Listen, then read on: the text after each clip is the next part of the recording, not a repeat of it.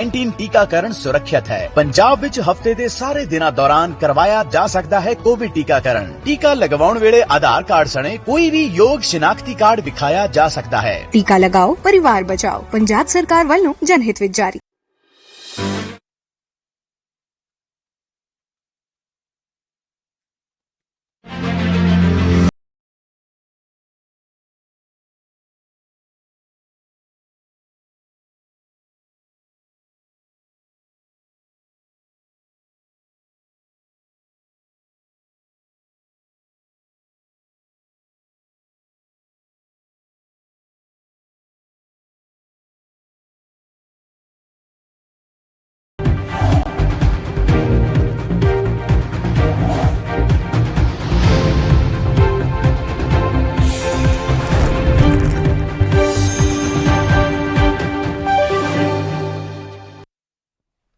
नमस्कार, आप देख रहे हैं 3 बजे 3 खबर। मैं हूं आपके साथ काजल ठाकुर। दिल्ली और यूपी में एक बार फिर से लॉकडाउन की अवधि को बढ़ा दिया गया है। जहां दिल्ली में अब 17 मई तक लॉकडाउन रहेगा, तो वहीं यूपी में भी 17 मई तक कर्फ्यू बढ़ा दिया गया है। आपको बता दें कि दोनों ही राज्यों में कोरोना के मामले लगातार बढ़ते जा रहे हैं। इधर दिल्ली में सीएम अरविंद केजरीवाल ने प्रेस कॉन्फ्रेंस करके इस सब की जानकारी दी है और उन्होंने बताया है कि दिल्ली में जो लॉकडाउन पहले 10 मई को खत्म होना था, अब वो 17 मई की सुबह को खत्म होगा। केजरीवाल ने यह भी कहा कि इस बार का जो लॉकडाउन है ज्यादा सख्त होगा ताकि संक्रमण की रफ्तार को काबू में किया जा सके। दिल्ली में सोमवार से मेट्रो सर्विस को बंद कर दिया जाएगा। इसके लिए भी आज दिशा निर्देश जारी कर दिए गए हैं और इसके अलावा किसी भी मैरिज हॉल, बैंकेट हॉल या फिर होटल में शादी नहीं हो सकेगी। शादी करने पर पाबंदी नहीं है, लेकिन शादी सिर्फ और सिर्फ घर में हो सकती है। अभी तक शादी में 50 से ज्यादा लोग शामिल नहीं होने की इजाजत थी, लेकिन अब 20 से ज्यादा लोग इकट्ठे नहीं हो सकते हैं। शादी में डीजे, टेंट, कैटरिंग की भी इजाजत नहीं होगी। उधर उत्तर प्रदेश में भी योगी सरकार ने कोरोना कर्फ्यू को 7 दिन के लिए और बढ़ा दिया है। पहले 10 मई को कर्फ्यू खत्म हो रहा था, लेकिन अब राज्य में 17 मई तक पाबंदियां लागू रहेंगी। और आपको बता दें कि अपर मुख्य सचिव सूचना नवनीत सहगल ने इस बात की जानकारी दी है। उन्होंने बताया कि कोरोना कर्फ्यू के दौरान जरूरी सेवाएं जारी रहेंगी। राज्य में पहले की तरह सख्तियां रहेंगी।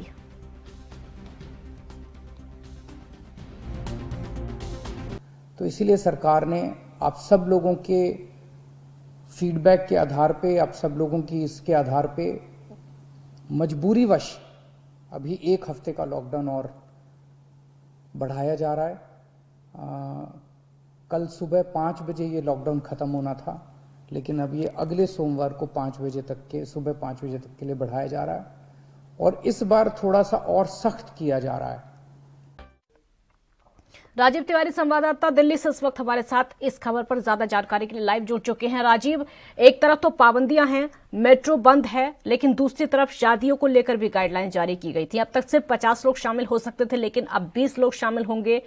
शादी में कई ऐसी पाबंदियां हैं जो कि अब लागू की गई हैं। देखिए, जिस तरीके से लगातार कहीं ना कहीं कोरोना की स्टेज पर रफ्तार को तोड़ने की कोशिश की जा रही थी और लगातार कहीं ना कहीं अस्पतालों के अंदर भी कमी देखने को मिली, मगर दिल्ली सरकार निरंतर कोशिश कर रही थी।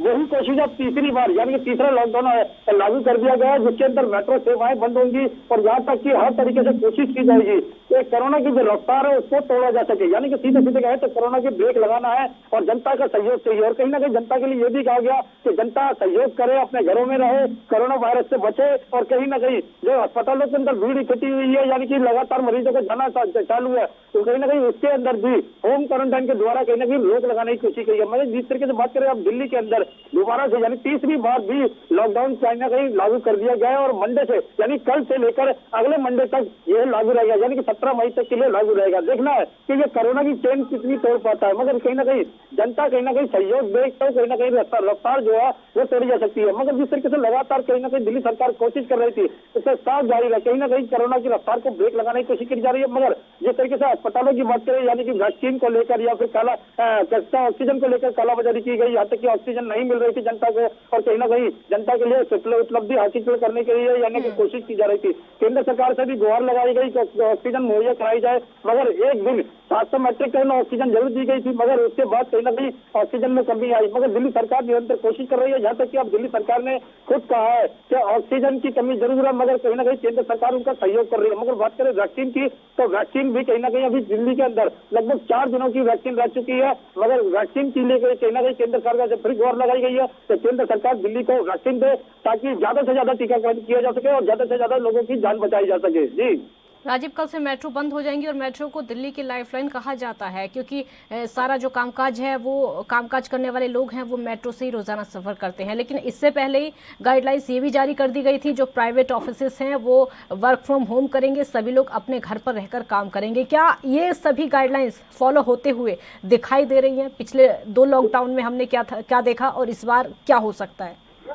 देखिए बिल्कुल था, जिस तरीके से दिल्ली के अंदर 2 बार यानी कि 2 बार मिनी लॉकडाउन यानी कि 1 सप्ताह का लॉकडाउन जरूर लगाया गया था, मगर उसके अंदर दिल्ली सरकार ने निरंतर कोशिश करी थी कि सख्ती करी जाए। मगर कहीं ना कहीं धरातल की बात करें तो धरातल पर सख्ती देखने को नहीं मिली और लगातार कोशिश यही की जा रही थी कोरोना की चेन तोड़ी जाए। मगर जिस तरीके से दिल्ली सरकार ने अब तीसरी बार फिर लॉकडाउन के लिए कहा गया और तीसरी बार के लिए सख्त कदम उठाने के लिए जरूर कहा गया। मगर देखना है कि दिल्ली पुलिस कितनी सख्ती से कदम उठाती है। मगर जनता की बात करें तो जनता कहीं ना कहीं ई बिगर पास के, अगर जिसके पास ई पास नहीं होगा वो बाहर नहीं निकल सकता है और दिल्ली पुलिस उनके ऊपर सख्ती करेगी। अगर किसी को इमरजेंसी सेवा चाहिए उसके लिए जरूर हेल्पलाइन नंबर छोड़े गए हैं, यहाँ तक कि लोगों को अस्पताल तक जाना है तो वो भी कहीं ना कहीं सुविधाएं दी जाएगी। हमारे साथ काफी लोग खड़े हुए युवा है और लगातार कहीं ना कहीं इनसे जानने की कोशिश करते हैं क्या मेट्रो सेवाएं बंद होने से कितना फर्क पड़ेगा या फिर दिल्ली के अंदर जो तीसरा लॉकडाउन लगाया जाएगा उससे कितना फर्क पड़ेगा। सर आप आइए जरा इस साइड में, जरा आपसे जानते हैं क्या दिल्ली के अंदर तीसरा लॉकडाउन लगेगा उससे कितना फर्क पड़ने वाला है? बहुत ज्यादा फर्क पड़ने वाला है दिल्ली के अंदर। और यहाँ पे इतनी भुखमरी हो चुकी है, अब डेली लोग 300 रुपये 200 रुपये 500 रुपये ब्याज में डेली मुझसे काम करते हैं,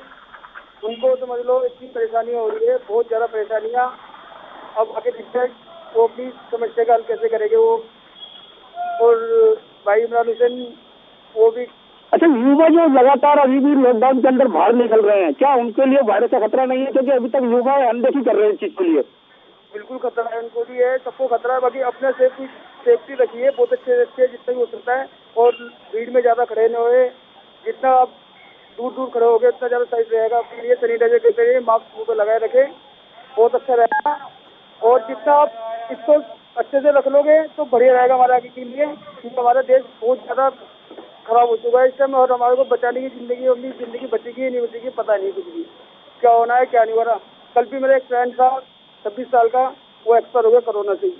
तो देखो अपने युवा भी चाहते हैं कि कहीं ना कहीं कोरोना की जो रफ्तार है वो टूटती नजर है, मगर दिल्ली सरकार का सहयोग इन युवाओं को भी देना होगा और लगातार जनता जिस तरीके से सहयोग करेगी तो कहीं ना कहीं जो कोरोना में रफ्तार के अंदर जो कमी आ रही है, यानी कि लगातार 28,000 27,000 के जो आंकड़े आ रहे थे उसके अंदर अब घटकर वो 17,000 के करीब लगे। मगर कहीं ना कहीं दिल्ली सरकार फिर कोशिश कर रही है कि तीसरे लॉकडाउन में कहीं ना कहीं ये आंकड़े और ज्यादा घटते नजर आए, यानी कि सीधे कहें तो 10,000 से लगभग नीचे आ जाने चाहिए। मगर दिल्ली सरकार जिस तरीके से कोशिश कर रही है उसे साफ जाहिर है कहीं ना कहीं जनता का सहयोग चाहिए और केंद्र सरकार और राज्य सरकारों का भी सहयोग आपस में देखने को मिलना चाहिए। जी दिल्ली में जिस दिन से 700 मीट्रिक टन ऑक्सीजन आई है, क्या उस दिन से राहत देखने को मिल रही है अस्पतालों में? क्योंकि उससे पहले से सिर्फ और सिर्फ हाहाकार मचा हुआ था। हम लगातार देख रहे थे किसी हॉस्पिटल में 2 घंटे की ऑक्सीजन बची थी, किसी हॉस्पिटल में 1 घंटे की ऑक्सीजन बची थी, किसी में 6 घंटे की।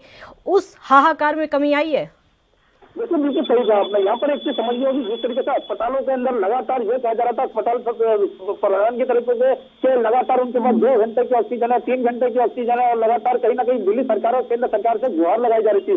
मगर जिस तरीके से लगातार दिल्ली केंद्र सरकार जो है दिल्ली के अंदर ऑक्सीजन मुहैया करा रही है और बेशक 400 मैट्रिक टन या फिर 500 मैट्रिक टन या फिर 550 मैट्रिक टन लगातार रोज दी जा रही है, मगर कहीं ना कहीं उसके अंदर कमी जरूर आई है, क्योंकि अस्पताल के जो हालात थे वो कहीं ना कहीं दिक्कतों वाले थे और कहीं ना कहीं मरीज जो थे वो बिल्कुल परेशान थे। अस्पतालों के बाहर भीड़ लगी हुई थी, लोग अपने इलाज कराना चाहते थे, मगर कहीं ना कहीं दिक्कतें जरूर आ रही थी। मगर उसके अंदर आज जगह कमी आई है क्योंकि दिल्ली सरकार ने भी कहा है कि केंद्र सरकार उनका सहयोग दे रही है, ये लगातार ऑक्सीजन मुहैया कराई जा रही है। मगर जितनी दिल्ली को चाहिए यानी 700 मैट्रिक टन पर रोज चाहिए उन्हें, तो कहीं ना कहीं उसमें जरूर कमी है। अगर 700 मैट्रिक टन केंद्र सरकार दिल्ली को ऑक्सीजन देती है तो उससे कहीं ना कहीं अस्पतालों के अंदर जो हालात है वो सुधरेंगे और कहीं ना कहीं जो स्थिति है उसके अंदर भी गिराव आएगा। जी अब सरकार की तरफ से बड़ा बदलाव किया गया है कि अस्पतालों में भर्ती होने के लिए कोरोना पॉजिटिव रिपोर्ट दिखाना अनिवार्य नहीं होगा, मरीजों को ऐसी भर्ती किया जा सकता है। कुछ बदलाव देखने को मिल रहा है इस फैसले के बाद? देखिए बिल्कुल सही कहा, लेकिन बिल्कुल सही कहा आपने। यहाँ पे एक चीज और समझ नहीं होगी, जिस तरीके से दिल्ली सरकार ने कहा क्या कैसे आरटीपीसीआर रिपोर्ट दिखानी पड़ेगी या फिर लगातार कहीं ना कहीं ऑक्सीजन उनको मिल पाएगी जिनके पास रिपोर्ट होगी, या फिर कहीं ना कहीं बाहर जाना है तो उनके पास भी कोई पास होना चाहिए। ये तमाम सुविधाएं जरूर मिल रही है, मगर धरातल की बात करें इसमें थोड़ी बहुत कमी जरूर हो गई, थोड़ी बहुत लापरवाही भी देखने को मिल रही है। मगर कहीं ना कहीं जनता और राज्य सरकारें मिलकर काम कर रही है। यहाँ तक कि आम आदमी पार्टी की बात करें, जो दिल्ली के अंदर मुख्यमंत्री अरविंद केजरीवाल है, वो लगातार कहीं ना कहीं जनता से अपील कर रहे हैं कि जनता सहयोग करे, मगर वो जनता का सहयोग जरूर मिलता हुआ नजर आ रहा है। और इसीलिए कहीं ना कहीं व्यापारियों की तरफ से भी ये कहा गया। ठीक है, ब्रेक के लिए रुकना होगा, एक छोटा सा ब्रेक लेते हैं, जल्द हाजिर होंगे।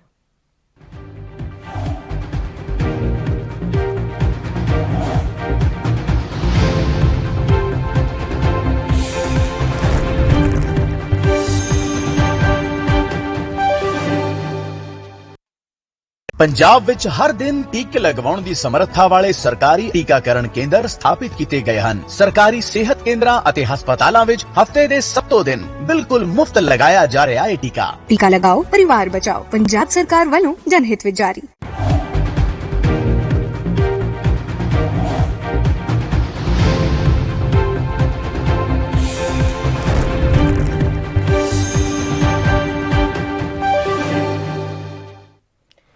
ब्रेक के बाद एक बार फिर स्वागत है आपका। तो उत्तर प्रदेश में भी लॉकडाउन की तारीख को आगे बढ़ा दिया गया है। गौरव मिश्रा संवाददाता हमारे साथ अयोध्या से इस समय ज्यादा जानकारी के लिए जुड़ चुके हैं। गौरव, उत्तर प्रदेश में भी लॉकडाउन को बढ़ा दिया गया है, क्या जानकारी और क्या क्या पाबंदियां?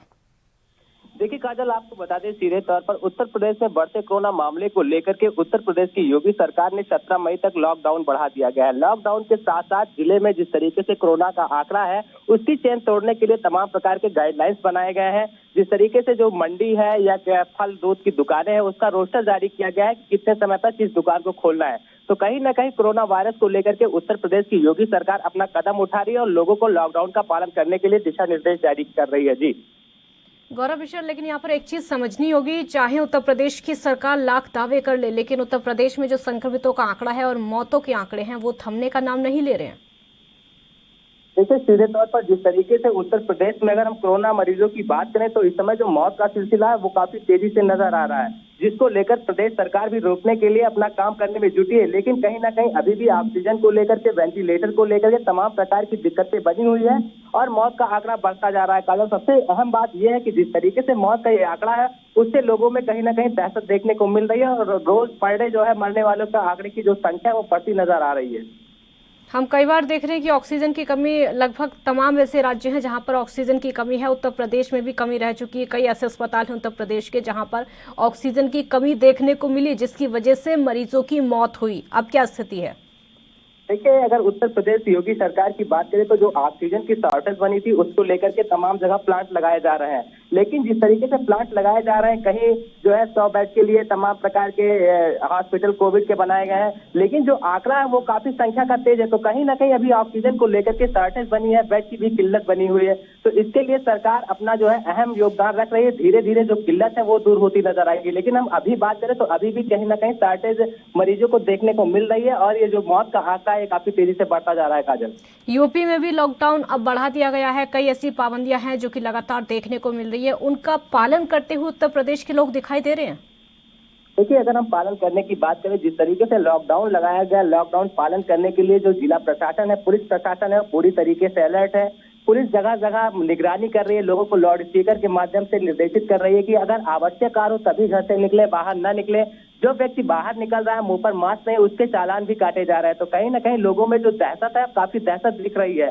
तो जिस तरीके से लोग अपने घरों में रह रहे हैं और पालन कर रहे हैं और 3 मंत्र बताए गए हैं, एसएमएस, सोशल डिस्टेंसिंग, मास्क और सैनिटाइज, तमाम प्रकार के निर्देश दिए गए हैं। उसको लेकर के जनता कहीं ना कहीं जो भयभीत है उसको लेकर के अभी घर में है और ज्यादा लोग बाहर नहीं निकल रहे हैं। काजल, ज्यादातर हम जो तस्वीरें देख रहे हैं वो युवाओं की तस्वीरें देखते हैं। युवा लगातार सड़क पर दिखाई देते हैं, काफी समझाने के बाद भी, चाहे उनका चालान कट रहा हो या फिर पुलिस प्रशासन उनको समझा रहा हो, लेकिन जो युवाओं की तस्वीरें आती हैं वो बेफिजूल के सड़क पर घूमते हुए नजर आते हैं। कोई ऐसी पाबंदी उन पर लगाई गई है, कोई ऐसी सख्ती है इस बार? देखिए काजल, अगर हम धर्म नगरी अयोध्या की बात करें तो अयोध्या में जो पाबंदी है वह काफी जो है युवाओं के लिए लेकर के सब लोगों के लिए। कोई घर से बाहर नहीं निकल रहा है, अगर बाहर निकलता है तो उसको डंडे की मार दी जाती है और कहीं ना कहीं चालान भी काटे जाते हैं। जो दहशत है जिस तरीके से कोरोना का आंकड़ा और मौत का आंकड़ा देख करके लोगों में एक भय जैसा माहौल बना है, तो कहीं ना यहाँ पे युवा दिख रहे हैं, जो आवश्यक कार्य जिन व्यक्तियों को वही बाहर निकल रहा है। तो काजल, कहीं ना कहीं जो मौत का आंकड़ा है, इससे लोगों में काफी डर बना हुआ है। दूसरी लहर बहुत ज्यादा खतरनाक हो चुकी है, उत्तर प्रदेश में भी बुरा हाल है और तीसरी लहर आएगी, ये एक्सपर्ट का कहना है। उत्तर प्रदेश कितना तैयार है, उत्तर प्रदेश की सरकार कितनी तैयार है, वहां का जो हेल्थ सिस्टम है, अस्पताल हैं, वो कितने तैयार हैं लहर का सामना करने के लिए, खासकर तीसरी?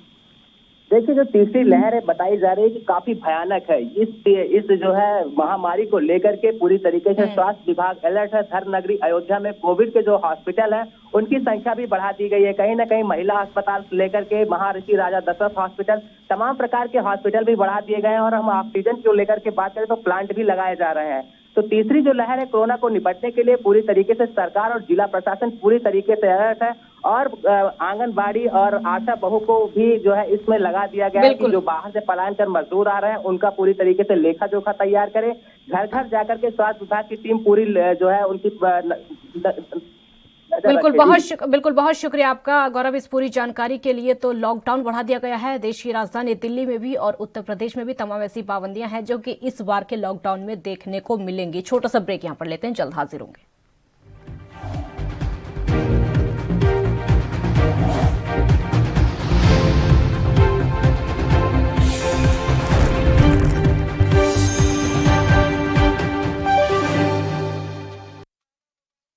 क्या आप दुबले पतले कमजोर हैं, आपकी सेहत नहीं बनती, भूख कम लगती है, वजन नहीं बढ़ता? दरअसल मेन बात खाना पीना खाना नहीं है, मेन बात है खाया पिया लगना। और अगर खाया पिया लगेगा ही नहीं तो सेहत बनेगी कैसे? इसलिए हमारी संस्था सन्यासी आयुर्वेदा ने एक ऐसी दवा बनाई है जो कि आपके पाचन तंत्र को, आपके लीवर सिस्टम को ठीक करने का काम करती है, ताकि आप जो भी खाएं उसका पूरे का पूरा निचोड़ आपके शरीर को लगे, आपकी भूख बढ़े, खाया पिया सही से लगे, नया खून बने, हड्डियों में जान आए, वजन बढ़े, ताकत बढ़े, चेहरे पर नूर आए और आप मोटे तगड़े खूबसूरत पर्सनैलिटी के मालिक बन जाएं। यह दवा पूरी तरह से आयुर्वेदिक होती है।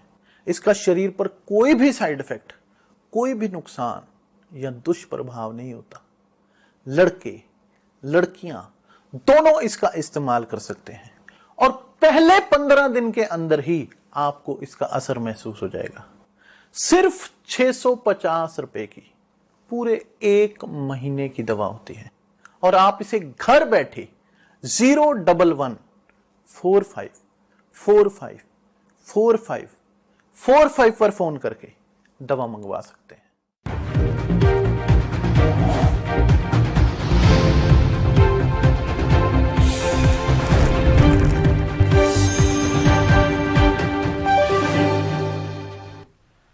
ब्रेक के बाद एक बार फिर स्वागत है आपका। तो कोरोना वायरस के बढ़ते केस के चलते केंद्र शासित प्रदेश जम्मू कश्मीर में अब कोरोना कर्फ्यू को बढ़ा दिया गया है। अब ये कर्फ्यू 17 मई को सुबह 7 बजे तक जारी रहेगा। इस दौरान केवल आवश्यक सेवाओं को ही अनुमति रहेगी। इसके साथ ही शादी विवाह के जितने भी कार्यक्रम होंगे, लोगों के इकट्ठा होने की संख्या घटा दी गई है, उसको 25 कर दिया गया है। आपको ये बता दें कि कोरोना के तेजी से बढ़ते मामलों के बीच में कर्फ्यू को 17 मई तक बढ़ाया गया है। जारी आदेश के मुताबिक इस दौरान जरूरी सेवाओं की इजाजत होगी। उधर जम्मू कश्मीर के कई इलाकों में कर्फ्यू की वजह से आम जनजीवन प्रभावित है। केंद्र शासित प्रदेश में कोरोना वायरस के बढ़ते मामलों के बाद कर्फ्यू लगा दिया गया है। अधिकारियों ने बताया कि बाजार बंद हैं और सार्वजनिक वाहन सड़कों से नदारद हैं। अधिकारियों का यह भी कहना है कि सुरक्षा बलों ने यहां पर शहर में कई जगहों पर अवरोधक लगाकर कई सड़कों को सील कर दिया है। बहरहाल कई जगहों पर पाबंदियों में ढील दिए जाने के कारण निजी कारों को चलने की अनुमति दी गई है।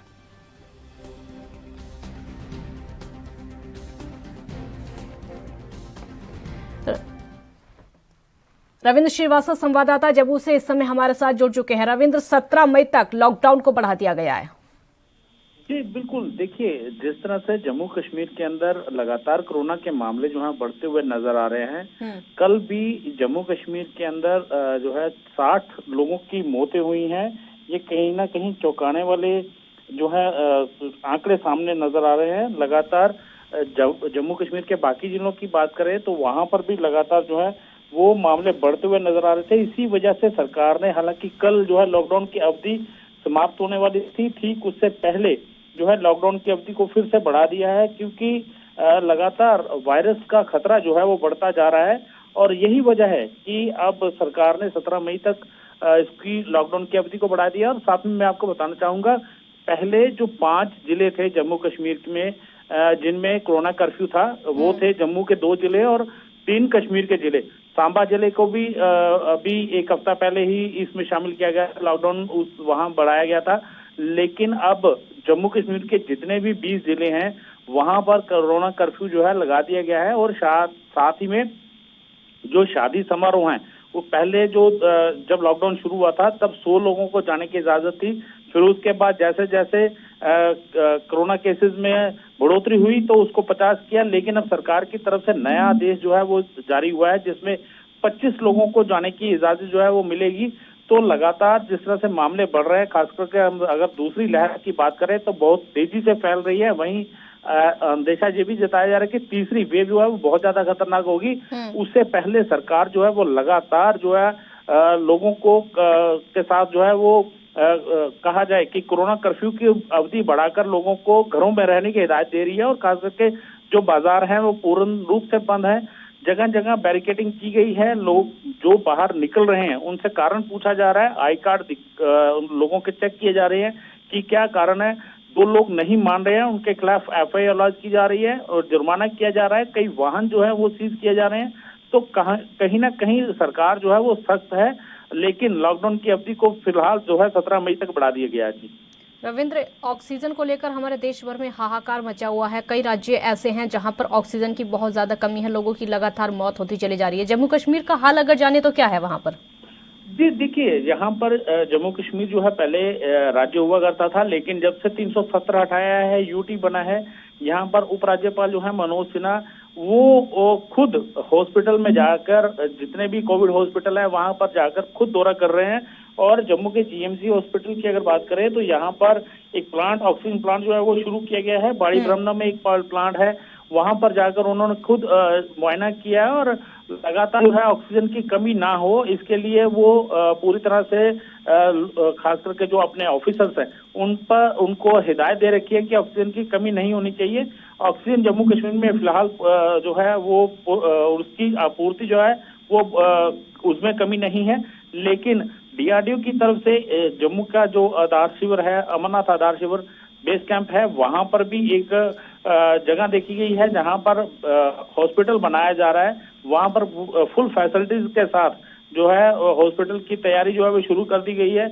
आने वाले 10-12 दिनों में वो हॉस्पिटल जो है वो बनकर तैयार हो जाएगा। अगर हालात ज्यादा बिगड़ते हैं तो वहां पर भी लोग रखने की, जो संक्रमित लोग होंगे उनको रखने की इजाजत जो है वो सरकार की तरफ से दी जाएगी। मैं आपको बता दूं कि अब कोरोना किट जो है वो भी सरकार की तरफ से लोगों को दी जाएगी। जो कोरोना से पीड़ित होंगे उनको कोरोना किट जो है वो भी मिलेगी, ताकि लोग घर पर बैठकर भी अपना इलाज कर सकें। उसके लिए डॉक्टर्स के नंबर बाकायदा जारी कर दिए गए हैं और उनको वो जो संक्रमित लोग होंगे वो डॉक्टर से बातचीत करके उस कोरोना किट को कैसे इस्तेमाल करना है उसकी जानकारी जो है वो दी जाएगी। ये युद्ध स्तर पर जो है वो कार्य किया जा रहा है, ताकि अगर हालात और ज्यादा बिगड़ते हैं तो उसको किस प्रकार से काबू पाया जाए, ये सरकार की पहली प्राथमिकता है। जी रविंद्र, जैसा कि आप बता रहे हैं कि ऑक्सीजन की वहां पर बिल्कुल कमी नहीं है, लेकिन वैक्सीनेशन को भी हम लगातार देख रहे हैं। कई राज्यों की स्थिति ऐसी है, यहाँ पर राजनीति बहुत ज्यादा हो रही है। राज्य सरकारें केंद्र को चिट्ठी लिख रही है बार बार कि उनको वैक्सीन चाहिए, वैक्सीन पूरी मात्रा में उनको मिल नहीं पा रही है, जिसकी वजह से कई राज्यों का जो वैक्सीनेशन है वो भी रुका हुआ है। जम्मू कश्मीर में वैक्सीनेशन को लेकर क्या हाल है?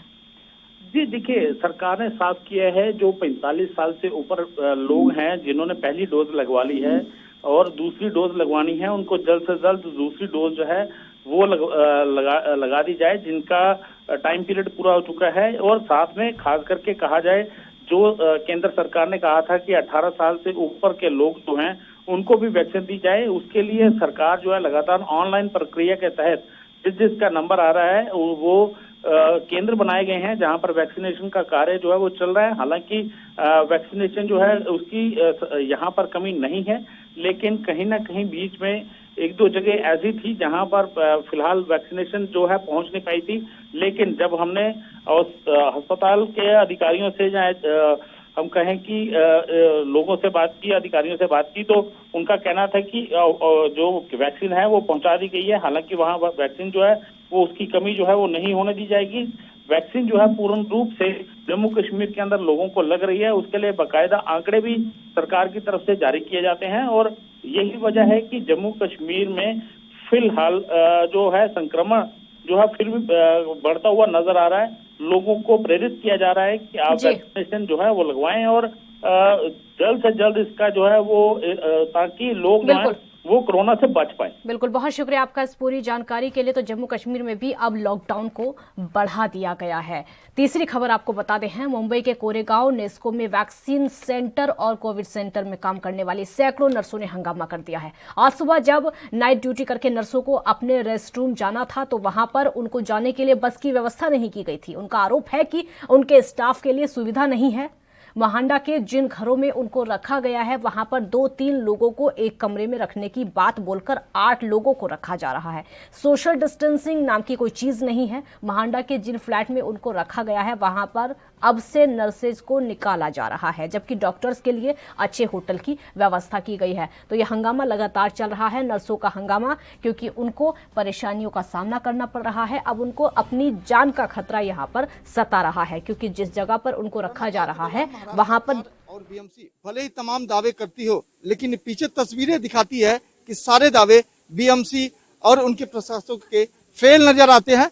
ये मेरे पीछे तस्वीरें जो देख रहे हैं एनएससी ग्राउंड की तस्वीरें, यहाँ के सारे नर्सेज जो आज स्ट्राइक कर रही हैं। उनका बस यही मानना है कि जिस तरह से बीएमसी और एनएससी ग्राउंड के जो मैनेजमेंट है उनके साथ लापरवाही कर रही है। पिछले दिनों से लगातार ये कर रही है कि उनकी सुनिए और उनकी जो तकलीफ है उनको दूर किया जाए, लेकिन एक हफ्ते के बावजूद जब उनकी बातें नहीं मानी गई तो आज अंततः उन्होंने स्ट्राइक रखा है। तमाम नर्सेस हमारे साथ हैं, उनसे बातचीत करेंगे, जानकारी लेंगे कि आखिर क्या मामला, बताइए। हमें कुछ भी फैसिलिटी नहीं मिल रही है कोविड सेंटर से। किस तरह की फैसिलिटी आप चाहती हैं? कितने दिनों से इसकी शिकायत आप कर रही हैं और क्यों नहीं मानी जा रही? ये पिछले साल से शिकायतें चालू है। खाने की शिकायतें, रहने की शिकायतें, ट्रांसपोर्ट की शिकायतें, सभी चीज़ की शिकायतें। यहाँ पे कुछ भी अच्छी फैसिलिटी कुछ भी नहीं है। जो नर्सेस को, जो कोरोना वॉरियर्स को देनी चाहिए, वो कुछ भी अच्छी फैसिलिटी नहीं दी जा रही है। क्या कहेंगे आप, और कौन सी शिकायतें हैं और किन किन लोगों को आपने इस शिकायतें से अवगत करवाया लेकिन सुनी नहीं? हमारी जो बेसिक शिकायत है, जैसे खाना, ट्रांसपोर्ट और रहने की जगह, यही मतलब बेसिक चीज से ही प्रॉब्लम है। और इसका हमने मतलब इसके पहले 8 दिन से हम लोग इसका फॉलोअप ले रहे हैं, पर इसके 8 दिन के बाद भी जब हमको इसका कुछ भी नहीं मिला इसके ऊपर, तो हमने ये स्ट्राइक किया है आज। और इतना उम्मीद है कि हमारा जो मतलब हमने ये स्ट्राइक किया है उसमें हमको रिटर्न लिख के दे और इतने टाइम लिमिट तक आपका ये प्रॉब्लम सॉल्व होगा, ऐसा हमको रिटर्न में लिख के चाहिए। तो जाहिर तौर पर जो लोगों की जान बचाते हैं कोरोना वायरस से, उनकी ही जान अब खतरे में है। लिहाजा लगातार उम्मीद कर रहे हैं कि यहाँ के स्थानीय प्रशासक जो उनकी बात सुने, उनकी बातों को माने। लेकिन जिस तरह से देखा जा रहा है, आज सुबह 3 घंटे से ही लगातार यहाँ स्ट्राइक कर रहे हैं, लेकिन अब तक किसी ने कोई इनकी सुध नहीं ली है। कैमरा पर्सन अनेक सोनी, एनबी न्यूज, मुंबई। तो आज वो हालात हैं कि इस कोरोना काल में कोरोना वॉरियर्स ही परेशान हैं। उनको ना तो रहने की जगह ठीक से मिल पा रही है और ना ही आने जाने के लिए वाहन ठीक से मिल पा रहा है। 3 बजे 3 खबर में फिलहाल इतना ही। आप देखते रहिए एनबी न्यूज। नमस्कार।